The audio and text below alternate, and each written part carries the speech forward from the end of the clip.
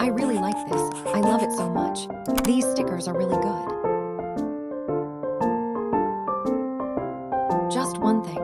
Once you stick it and then remove it, you'll need to use glue to stick it again. If you want, you can put tape on both sides. But I felt putting it on one side was enough.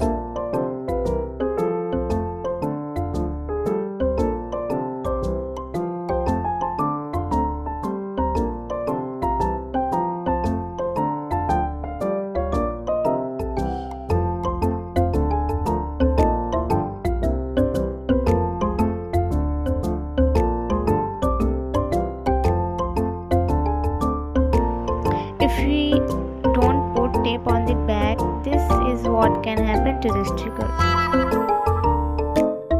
When I made the first sticker, that method turned out to be good for long-term use.